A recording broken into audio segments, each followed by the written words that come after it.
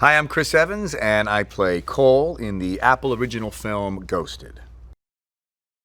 It was originally a pitch to me by a couple of writers, Reese and Warnick, and they're wonderful writers, very funny men, and it was just a great concept, just kind of a really tight comedy romance that I don't see very often, that I grew up on, movies like Romancing the Stone. And so I said, yeah, I'm in. And they came up with a script, and then we went and found Dexter, and then Anna, and then we all just kind of got our hands on the script and made a bunch of changes along the way. And yeah, it's just been a really, really fun collaborative process where everyone has kind of given their 2 cents, and I'm really proud of with what we came out with. I think the most important thing is believing that Cole and Sadie, if put in another world, really would be deeply in love with one another. It begins with these two people just kind of seeing each other and having this kind of electric moment and wonderful first date, and really being drawn to each other for different reasons, but it being something more than just a meet cute. It's something special, and I think the more you believe in that connection, the more you root for them as a couple, the funnier it is when the circumstance kind of makes them turn on each other a little bit and become somewhat adversarial throughout the movie. Broad strokes are that they meet at a farmer's market, and they have this really wonderful 24-hour date. The type of thing that you run home and you tell your friends and family, and you say, "Oh my God, I met the woman of my dreams. I can't even believe it." And then Cole anticipates that it will continue, and he's texting Sadie, and he gets no response. And Cole kind of doesn't read the room, and he keeps texting and he keeps texting and assumes he must have been ghosted. Or that's what his sister tells him, and he refuses to believe that, and finds out that she's in London, and thinks that the big sweeping romantic gesture would be show up and surprise her.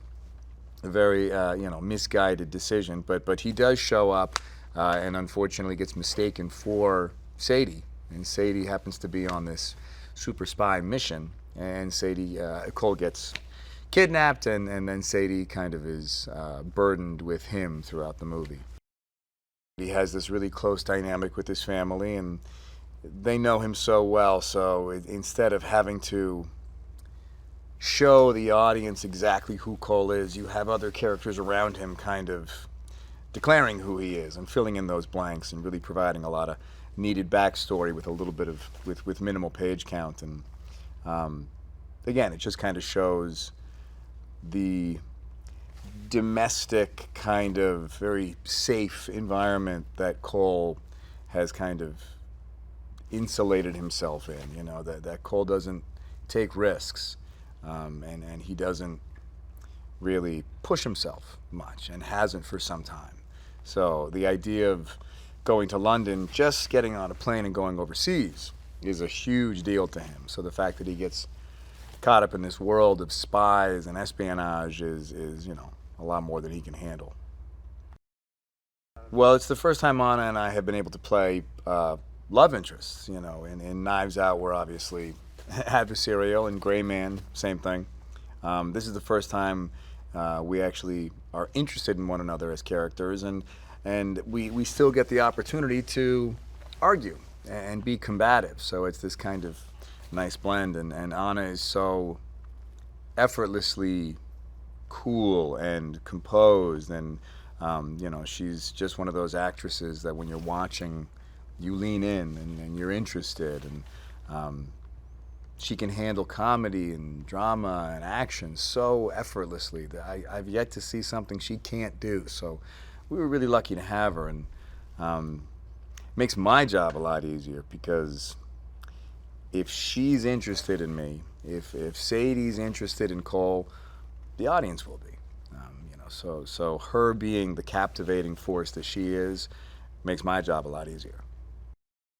I can't say enough about Adrian. I mean, obviously, he's Adrian Brody. He's one of the best actors working, but he has so much fun with this character. He's obviously a gifted dramatic actor, but oftentimes those really good dramatic actors are pretty good at comedy too, and Adrian's no exception. He's so funny because it's still so real, even when he's playing a big character, even when he's kind of going a little over the top, which is what he does with Levesque. It's still rooted in something really authentic and grounded, and I think movies like this, if you don't have a good villain, I don't know if the kind of tripod stands.